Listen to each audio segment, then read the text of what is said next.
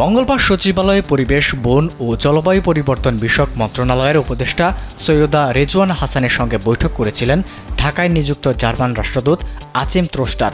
এ সময় বাংলাদেশের নবায়নযোগ্য জ্বালানি খাতে বড় বিনিয়োগের আশ্বাস দিয়েছিলেন তিনি।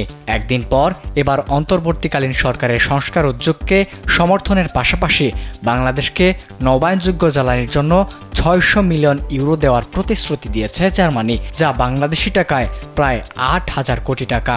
বুধবার তেজগাঁও কার্যালয়ে প্রধান উপদেষ্টা অধ্যাপক ডক্টর মোহাম্মদ ইউনূসের সঙ্গে সৌজন্য সাক্ষাৎকারে এমন আশ্বাস দেন জার্মান রাষ্ট্রদূত। তিনি জানান, বাংলাদেশের সঙ্গে জার্মানির দীর্ঘস্থায়ী সম্পর্ক রয়েছে। সাম্প্রতিক বছরগুলোতে এটি ১ বিলিয়ন ইউরো সাহায্যে দেশের বৃহত্তম উন্নয়ন অংশীদারদের একটিতে পরিণত হয়েছে।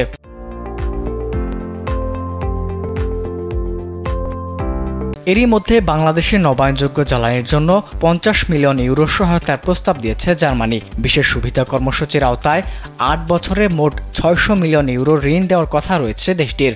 ইউরোপীয় এই দেশের কাছ থেকে সারা বিশ্বের অল্প কয়েকটি দেশ এই সুবিধা পেয়ে থাকে। প্রধান উপদেষ্টা অধ্যাপক ডক্টর মোহাম্মদ ইউনূস বাংলাদেশের জার্মান বিনিয়োগ বৃদ্ধি ও দুর্নীতির বিরুদ্ধে লড়াইয়ের জন্য দক্ষতা ও প্রযুক্তির সহায়তা কামনা করেন।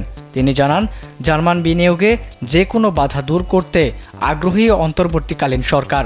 এ সময় প্রধান উপদেষ্টার বিশেষ দূত লুৎফে সিদ্দিকী বাংলাদেশে বিনিয়োগে উন্নয়ন কর্তৃপক্ষের সংস্কার এবং জার্মানির সঙ্গে যৌথভাবে গ্রিন করিডোর তৈরির ব্যাপারে আগ্রহ প্রকাশ করেন।